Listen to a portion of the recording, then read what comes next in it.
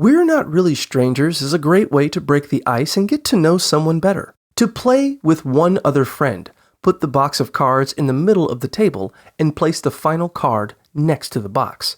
Each player gets a dig deeper tile, a pencil, and a notepad. Have a starting contest to decide who goes first. Whoever lasts the longest without blinking gets to start. Player 1 draws at level 1 or perception card and reads the question on it. Player 2 has to answer honestly. Then, Player 2 can draw a card and ask Player 1 a question.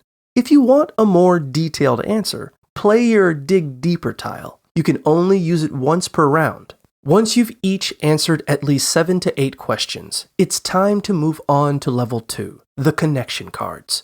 For the final round, move on to level 3, the reflection cards. The game is over once you've each answered 7 to 8 cards at all 3 levels. Finish the game by flipping the final card and following the instructions to write a private note to your fellow player. Fold it up and hand it to them so they can read it later.